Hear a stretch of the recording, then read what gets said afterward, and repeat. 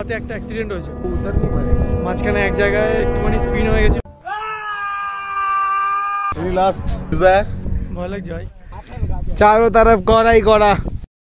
Paragliding বা অন্যভাবে বলতে গেলে বাঁধন ছেড়ে পাখির মতো আকাশে ওড়া, এই অ্যাডভেঞ্চার অ্যাক্টিভিটিটার শখ অনেকের থাকলেও সাহস বা সঠিক ইনফরমেশনের অভাবে অনেকেই করতে পারে না।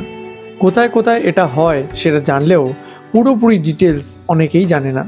তাই আজকের ভিডিওতে তোমাদের জানাবো ওয়েস্ট বেঙ্গলের কোথায় এই প্যারাগ্লাইডিং হয়, কিভাবে বুক করবে, খরচা কত, ভিডিওগ্রাফির চার্জ কীরকম পড়ে, আর বেস্ট টাইমিং।